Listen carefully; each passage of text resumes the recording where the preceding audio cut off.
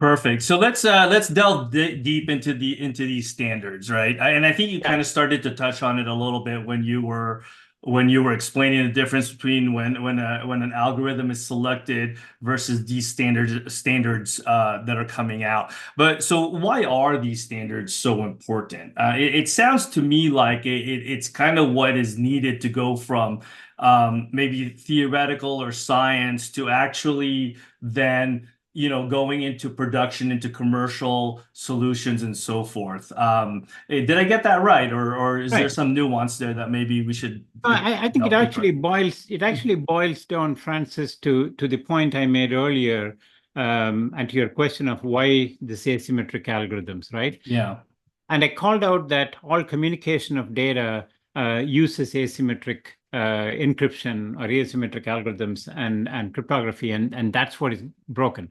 So if you step back and look at it, enterprises, government organizations handle data with long lifetimes. They have national security considerations. There are,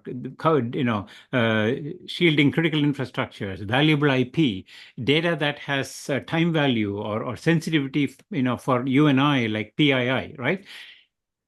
All of these entities need to ensure that their cryptography can withstand the most advanced cyber attacks. So when we have a cryptographically relevant quantum computer and someone is able to break the cryptography, all of this communication becomes jeopardized. That's why it's important for organizations to change. Plus, if you say, why would the standards be so important?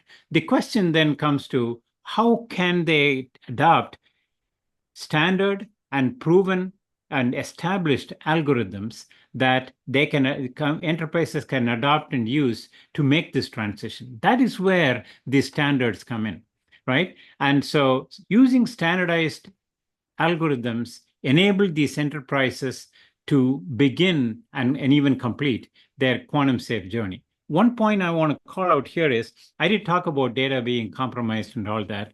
And people say, well, I don't see a quantum computer in the horizon yet, so maybe I don't have to worry about it now. I have some more time to wait. Well, the threat isn't that far off in the future. It actually exists today because hackers can steal encrypted data and store it until a time when a cryptographically relevant quantum computer becomes available and then decrypt it. That's what we call the harvest now and decrypt later attack. So the notion is even before NIST PQC standards were officially published, the US federal government and other agencies like NSA have been establishing mandates saying, hey, you have to go and begin the process of transitioning systems to PQC. These were primarily targeted towards, heads of executive agencies through executive order and such. So that's important. So the standards that NIST is announcing will definitely help organizations establish, cyber resilience in the quantum era. So now that these standards have been released, and clearly, that'll help, enterprise A, B, and C, and not just government entities who might, see the need to do this now. And you're absolutely right, Ray. I mean, even in financial, services, most of them are required Right, to keep data and historical records for 7 years. right. And there's a reason for that, right? Because it's still relevant. And we're in that 7 year time frame now going into 2030 for historically relevant data to still be viable once we have quantum computers. So now that these standards have been released, what should organizations do knowing that okay, these standards are there. What do they do about it? So let me pick up on a point you made earlier because I think that is pretty important and critical. That is about the time frame that enterprises need to retain data. And you call it financial services in 7 years.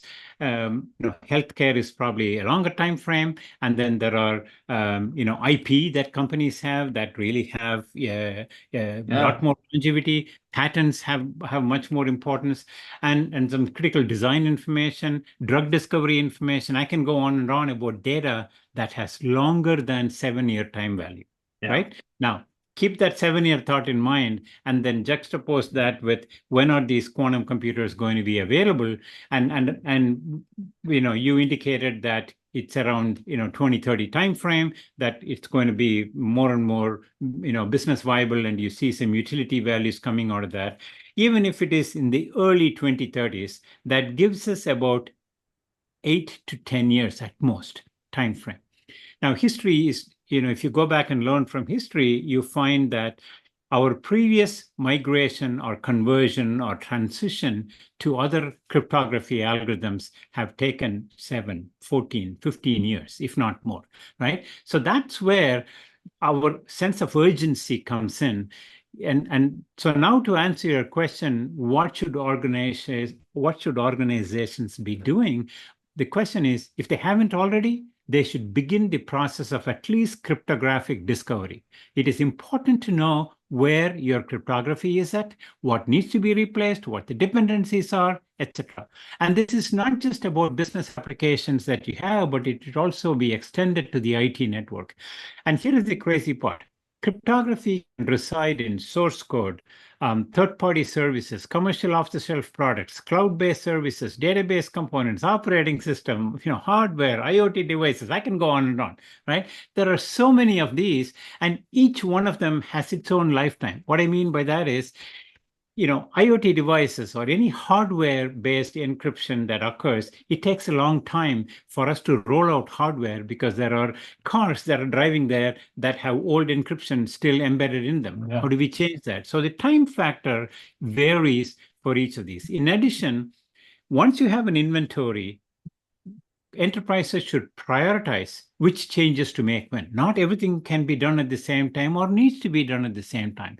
So this prioritization and then incrementally executing it becomes quite important. Also, they have to work in collaboration with the partners in the supply chain because enterprises can't do this in isolation. They have to depend on the commitment from their partners across the supply chain, right?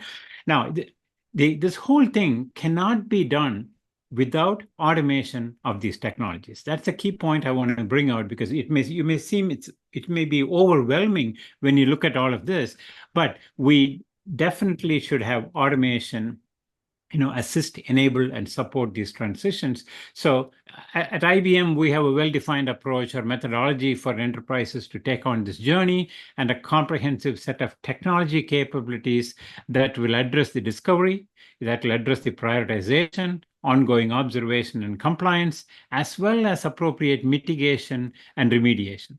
Now, the last point I'll make is I briefly mentioned that industry consortiums are part of my remit. This is also where I recommend clients engaging with appropriate industry consortiums to learn along with others and leverage what best practices-based approaches are being published by these consortia. The NCCOE, Post-Quantum Telco Network for Telco, PQC Coalition, PQC Alliance, the Payments Workgroup on Quantum Safe Cryptography are all consortiums that either we have formed in collaboration with others in the industry or those that we are actively driving. And there are a few more that are out there, such as the FSISAC Workgroup on cryptography, right? All of these are great way for clients to get together and also learn as they are building some things to know what's happening in their industry relative to PQC adoption. So to wrap it up, I'd say get engaged now, see what you can learn by leveraging the expertise of others in these consortiums, and at least begin work on the inventory and then go from there. Yeah, I think that inventory part is so critical because you don't even know what you don't know. And cryptography now is so prevalent in everything we do that you might be using cryptography in something that you didn't know you were because it's just so prevalent, No, So that is totally true yeah. because there are a number of client engagements that we have engaged in instances where we surprise ourselves and so does the client surprise themselves because of new discoveries that are being made, Uh, both good and bad. So just like that process that you mentioned, that kind of iterative process where one, you can't do it all in one shot just because it's just such a Yeah, big task. But also the other part about it in cryptography is, and we know this from classical cryptography, right? I mean, the everybody builds a better mousetrap and then a better mouse, and then it just kind of yeah. goes back and forth, especially with the hacker community. And I assume that's true also in post-quantum cryptography. So now that these standards have been standardized by NIST, I gotta assume that this isn't the end of this. I mean, we're gonna Oh, see some continued evolution of both the algorithms as well as the standards.